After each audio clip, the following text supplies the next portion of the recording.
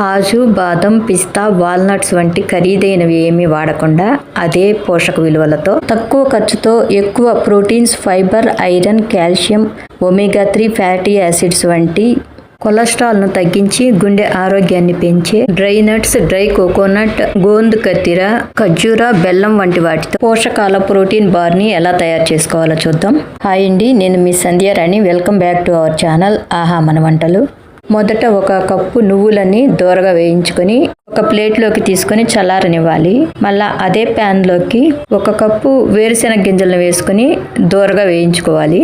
వీటిని కూడా వేరొక ప్లేట్లోకి తీసుకొని చల్లారనివ్వాలి. అదే బాండీలోకి ఒక 2 స్పూన్స్ నెయ్యిని కూడా వేసుకొని గోందు కత్తిర ఒక స్పూన్ వేసుకొని అవి కొంచెం పొంగి లోపల పచ్చి లేకుండా వేగేటట్లు వేయించుకోవాలి. ఇప్పుడు వీటిని కూడా వేరొక ప్లేట్లోకి తీసుకొని ఫ్లాక్స్ సీడ్స్, పంప్కిన్ సీడ్స్ను కూడా ఇదే బాండీలోకి వేసుకొని ఇవి కూడా కొంచెం ఎర్రగా అంటే దోరగా వేగే వరకు వేయించుకొని వేరొక ప్లేట్లోకి తీసుకొని చల్లారనివ్వాలి.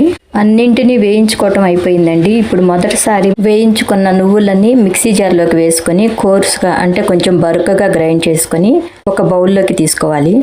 ఇప్పుడు ఇదే మిక్సీ జార్లోకి వేయించి పొట్టు తీసి పెట్టుకున్న వేరుశెనగ గింజలను కూడా వేసుకొని అందులోకి కొద్దిగా యాలుకలను అంటే పొట్టు తీసి వేస్తున్నాను గింజల్ని. ఇందులోకి వేయించి పెట్టుకున్న గోందు కత్తిరను కూడా వేసి కోర్సుగా గ్రైండ్ చేసుకోవాలి. ఈ పౌడర్ను కూడా బౌల్లోకి తీసుకుని ఫ్లాక్స్ సీడ్స్, పంప్కిన్ సీడ్స్ను కూడా ఒకసారి కోర్సుగా గ్రైండ్ చేసుకొని దీన్ని కూడా ఒక బౌల్లోకి తీసుకోవాలి. 1/2 కప్పు ఖర్జూర పళ్ళను కూడా అదే మిక్సీ జార్లోకి వేసుకొని 1 కప్పు బెల్లం కూడా వేసుకొని కొంచెం నున్నగా గ్రైండ్ అయ్యేదానికి కొద్దిగా వాటర్ను యాడ్ చేసుకొని పేస్ట్ లాగా గ్రైండ్ చేసుకోవాలి. ఇలా పేస్ట్ లాగా ఉంటే పౌడర్స్ అన్ని బాగా మిక్స్ అవుతాయి అన్నమాట. బెల్లం, ఖర్జూర పేస్ట్లోకి ఇదే బాండీలోకి ఒక 2 స్పూన్స్ నెయ్యిని వేసుకొని బెల్లం, ఖర్జూరం పేస్ట్ని వేసి కలుపుతూ ఉంటే పాకంలాగా వస్తుంది.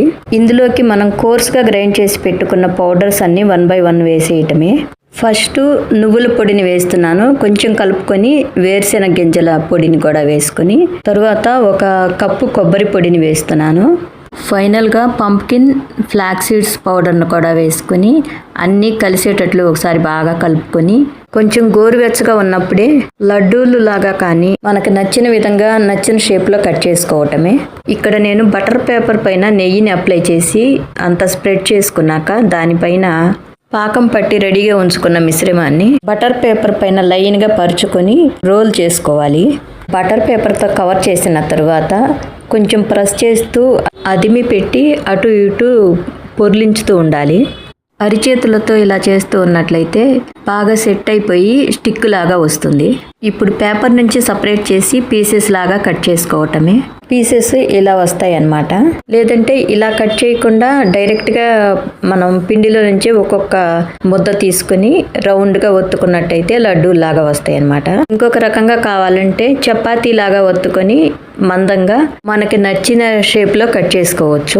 ఇలా చేసి పెడితే చిన్నపిల్లల నుంచి పళ్ళు లేని ముసలి వాళ్ళ వరకు కూడా ఎక్కువ నవిలే పని లేకుండా ఈజీగా తినేయవచ్చు. పోషకాలు కూడా శరీరానికి బాగా అందుతాయి అన్నమాట. పోషకాల ప్రోటీన్ బార్ రెడీ అయిపోయిందండి.